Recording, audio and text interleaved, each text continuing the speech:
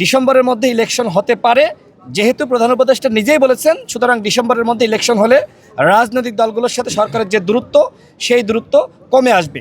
কিন্তু আমরা দেখতে পাচ্ছি যে কোনো উপদেষ্টা আওয়ামী লীগকে পুনর্বাসন করছেন এবং রিফাইন্ড আওয়ামী লীগ ফিরিয়ে আনার চক্রান্তে তারা জড়িত রয়েছেন। দেখেন, আমাদের প্রধান উপদেষ্টা তিনি সবার কাছে গ্রহণযোগ্য, বাংলাদেশের মানুষের কাছে যেমন গ্রহণযোগ্য, ঠিক একইভাবে আন্তর্জাতিক পরিমণ্ডলেও গ্রহণযোগ্য।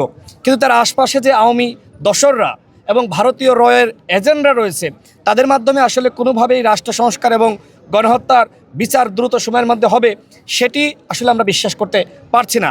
এই যে সরকারের 8.5 মাস অতিবাহিত হয়েছে, রাষ্ট্র সংস্কারের কোনো ছিটেফোঁটা আমরা দেখছি না। সরকার আর কতদিনের মধ্যে আসলে রাষ্ট্র সংস্কার করতে চাই সেই প্রশ্ন আমরা করছি। এবং একই সাথে এই যে গণহত্যার বিচার, এই যে বিচার নিয়ে তালবাহানা, আওয়ামী লীগের কয়েকজনকে গ্রেপ্তার করা হয়েছে এখনও পর্যন্ত? সচিবালয়ে আওয়ামী লীগ, পুলিশে আওয়ামী লীগ, র্যাবে আওয়ামী লীগ। এই যে 2000 শহীদ, 30,000 আহত যোদ্ধা। দেখেন, 28 অক্টোবর সেই সময় বিএনপি জামাত গণ অধিকার পরিষদের প্রায় 30,000 নেতাকর্মীকে গ্রেপ্তার করা হলো।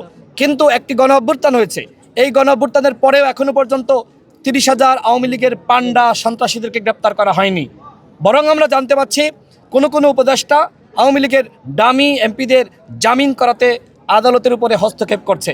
গতকাল আমার নিজ জেলা ঝিনাইদহতে সেখানকার একজন ডামি এমপি জামিন পেয়েছে।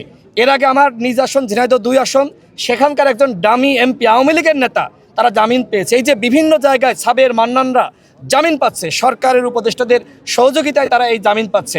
সরকার যদি এইভাবে আওয়ামী লীগের পুনর্বাসন করে এবং একই সাথে আমাদের প্রধান উপদেষ্টা নিজেও বলে যে আগামী নির্বাচনে আওয়ামী লীগ অংশ নিবে কি নিবে না সেটি তাদের দলীয় সিদ্ধান্ত, এই ধরনের বক্তব্য এবং সরকারের উপদেষ্টাদের কার্যক্রম সেটি আসলে মানুষকে আশাহত করছে। এই কারণেই দেখেন, শুরুতে সরকারকে মানুষ বলেছে যে সরকার থাকুক, রাষ্ট্র সংস্কার করুক, কিন্তু এখন কিন্তু ভিন্ন মত, এখন মানুষের ভিতরে একটি মিশ্র প্রতিক্রিয়া। আমরা সরকারকে বলবো রাজনৈতিক দলগুলোর সাথে দূরত্ব কমিয়ে আনেন এবং দ্রুত সময়ের মধ্যে নির্বাচনের একটি রোডম্যাপ ঘোষণা করেন। অন্যথায় নির্বাচন নিয়ে যদি অনিশ্চয়তা তৈরি হয়, ধোঁয়াশা তৈরি হয়, সেক্ষেত্রে সংকট আরও বেশি ঘনীভূত হবে এবং আরেকটি 1-11 ঘটার সম্ভাবনা থাকবে। সর্বশেষ যেটি বলবো, প্রধান উপদেষ্টার উপরে আমাদের সকলের আস্থা বিশ্বাসের জায়গাটা রয়েছে, আমরা তার উপর ভরসা রাখতে চাই, কিন্তু অন্যান্য উপদেষ্টাদের উপর আমাদের কোনো ভরসা নাই।